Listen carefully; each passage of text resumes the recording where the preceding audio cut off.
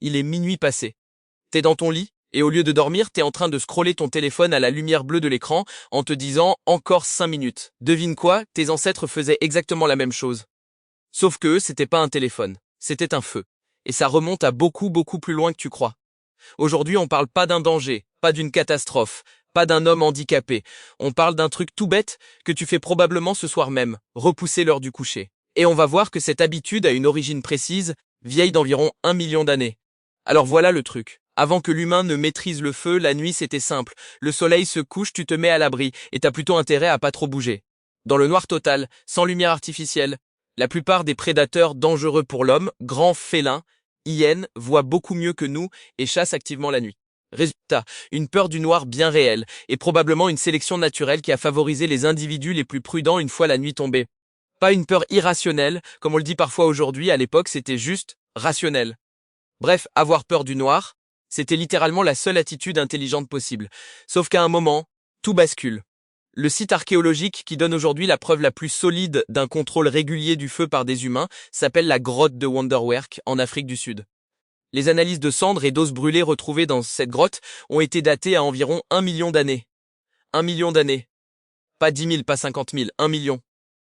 C'est à ce moment-là que quelque chose de fondamental a changé dans l'histoire de notre espèce. La nuit n'était plus complètement hors de contrôle. Le feu faisait deux choses à la fois. Il éloignait les prédateurs, effrayés par les flammes et la lumière, et il donnait de la lumière pour continuer à faire des trucs après le coucher du soleil. Parler, fabriquer des outils, cuisiner, se réchauffer. Et là, comme d'hab, l'archéologie débarque avec des preuves. Alors voilà ce que ça veut dire concrètement. Pour la première fois, l'humain a eu une portion de journée en plus. Une sorte de bonus temps entre le coucher du soleil et le moment où tout le monde s'endort vraiment.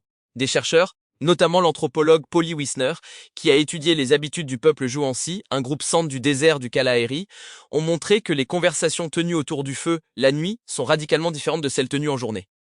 Le jour, on parle logistique. Qui chasse quoi? Où sont les ressources? Qui a fait quoi de travers?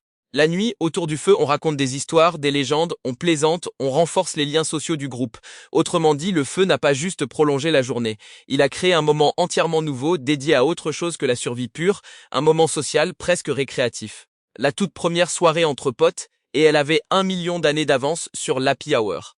Alors ici, tu te dis peut-être, ok, mais eux au moins, ils devaient se coucher tôt et dormir 8 heures d'affilée, bien réglés sur le rythme du soleil, pas comme nous avec nos écrans. Sauf qu'une étude publiée en 2015 dans la revue Current Biology, menée par le chercheur Jérôme Yettich et son équipe, est venue démonter complètement cette idée reçue. Les chercheurs ont équipé des membres de 3 sociétés de chasseurs-cueilleurs actuelles, les Hadza en Tanzanie, les San en Namibie et les Timan en Bolivie, de capteurs mesurant précisément leur sommeil réel, nuit après nuit. Résultat, et c'est là que ça devient intéressant. Ces populations, qui vivent pourtant sans électricité, sans écran, sans notification, ne se couchaient pas du tout au coucher du soleil. Elles restaient éveillées en moyenne encore 3 à 4 heures après la tombée de la nuit, généralement autour du feu.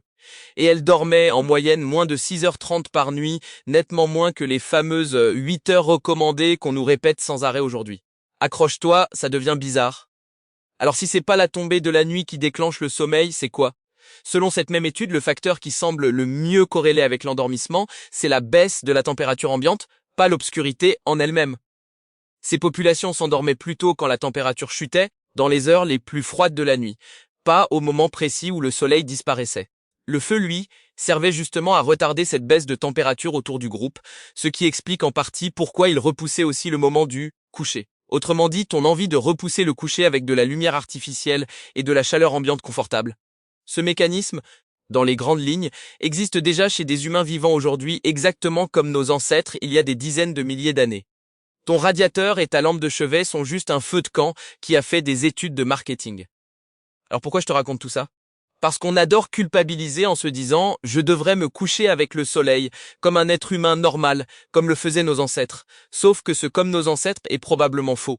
Repousser le coucher, rester éveillé après la tombée de la nuit, grâce à une source de lumière et de chaleur, en groupe ou seul, pour socialiser, raconter des histoires, ou juste décompresser, c'est une habitude vieille d'environ 1 million d'années, pas une mauvaise habitude moderne inventée par les smartphones.